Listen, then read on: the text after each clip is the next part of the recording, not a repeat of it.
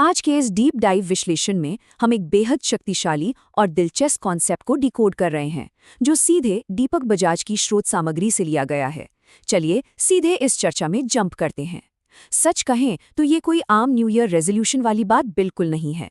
इसे एक बहुत ही गहरी आइडेंटिटी सर्जरी का नाम दिया गया है। इसे किसी फिल्म के एक शानदार ब्लॉकबस्टर रीबूट की तरह देखा जा सकता है, जहां पुराने किरदार को पूरी तरह से खत्म करके एक बिल्कुल नया और दमदार वर्जन 2.0 गढ़ा जाता है। एक ऐसा सिनेमैटिक ट्रांसफॉर्मेशन जो केवल 15 दिनों के भीतर आकार लेता है।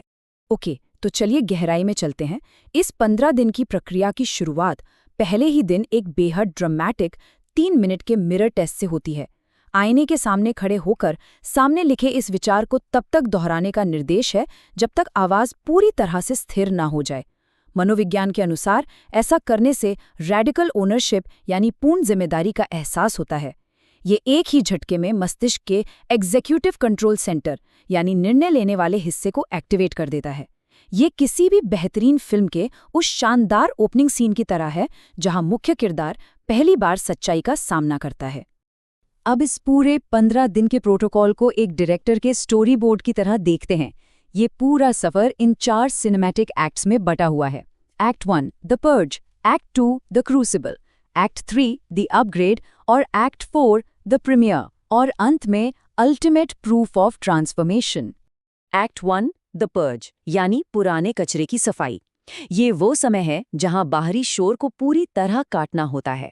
उस सारे भावनात्मक और रासायनिक कचरे को साफ करना होता है जो एक नए और दमदार किरदार को उभरने से रोकता है।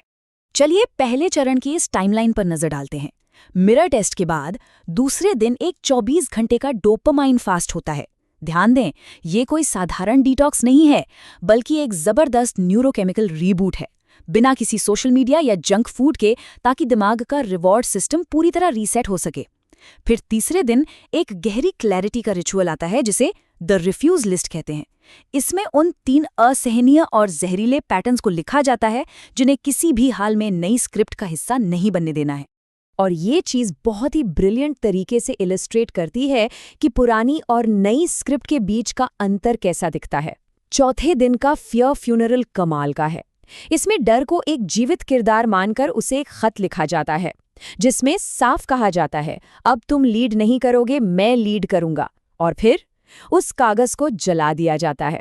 इस राख को देखना मनोविज्ञान में क्लोजर इम्प्रिंटिंग कहलाता है, एक ऐसी मानसिक मुहर जो दिमाग को पक्का संकेत देती है कि पुरानी कहानी अब हमेशा के लिए खत्म हो चुकी है।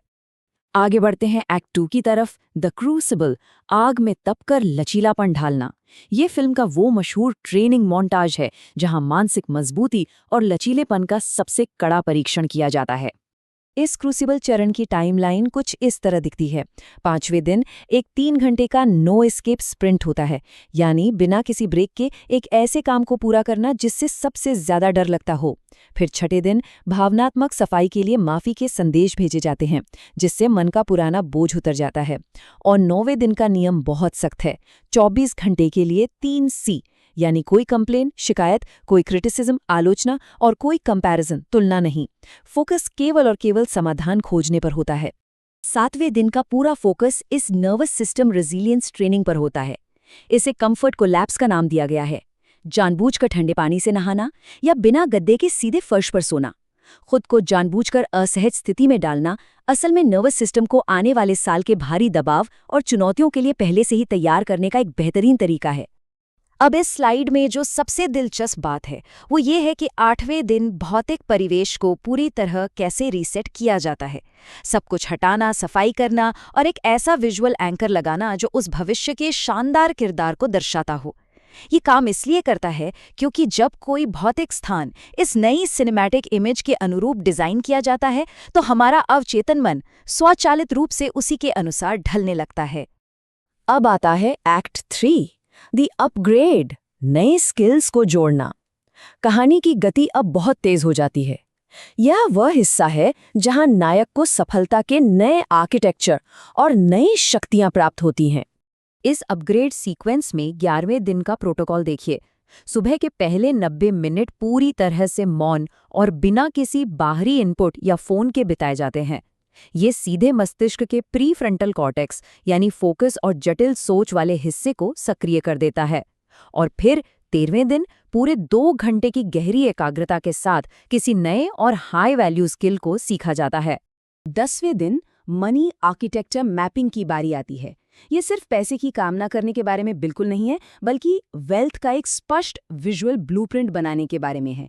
आय के नए रास्ते परिभाषित किए जाते हैं और विफलता की भारी कीमत तय की जाती है। इस दौरान पैसे से जुड़ा एक नया कौशल सीखने में भी समय बिताया जाता है, ताकि वो मनी मैग्नेट वाली पहचान पूरी तरह से लॉक हो सके।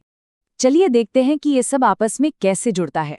12वें दिन का बॉडी ब्रेक थ्रू एक 20 मिनट की शांत सैर से शुरू होता है, जो चिंता को प्राकृतिक रूप से दूर करती है। उसके बाद 50 पुशअप्स। मगर ध्यान रहे, ये कोई फिटनेस रूटीन नहीं है, बल्कि शरीर में जमे हुए भावनात्मक तनाव को बाहर फेंकने का एक जबरदस्त तरीका है। ये सब एक बेहद शक्तिशाली मंत्र के साथ लॉक किया जाता है। अगर मेरा शरीर आगे बढ़ता है तो मेरी जिंदगी भी आगे बढ़ती है। और अब हम पहुंचते हैं एक्ट 4 पर, द प्रीमियर, अंतिम कॉन्ट्रैक्ट। कहानी अब अपने सबसे नाटकीय क्लाइमैक्स पर आ चुकी है। ये वो पल है जब पूरी तरह से बदल चुका किरदार पहली बार पूरे कॉन्फिडेंस के साथ स्पॉटलाइट में कदम रखता है। प्रीमियर के ये अंतिम 2 कदम बेहद अहम हैं। 14वें दिन भविष्य के स्वयं के साथ एक फिजिकल कॉन्ट्रैक्ट लिखा जाता है, जिसमें पुराने रूप में नए साल में प्रवेश करने से स्पष्ट इनकार किया जाता है। और फिर 15वें दिन एक ऐसा बहुत बड़ा और डराने वाला कदम उठाया जाता है, जो इस बात का अकाट्य प्रमाण होता है कि बदलाव आ चुका है और नई कहानी शुरू हो चुकी है। तो यहाँ सबसे क्रूशियल पॉइंट ये है कि 14वें दिन के इस अनुबंध के पीछे एक गहरा विज्ञान काम करता है, जिसे कमिटमेंट बायस कहते हैं। जब किसी कॉन्ट्रैक्ट पर हस्ताक्षर किए जाते हैं और तारीख डाली जाती है, तो यह शारीरिक क्रिया मानव मस्तिष्क को उस नई पहचान के साथ पूरी तरह से लॉक कर देती है।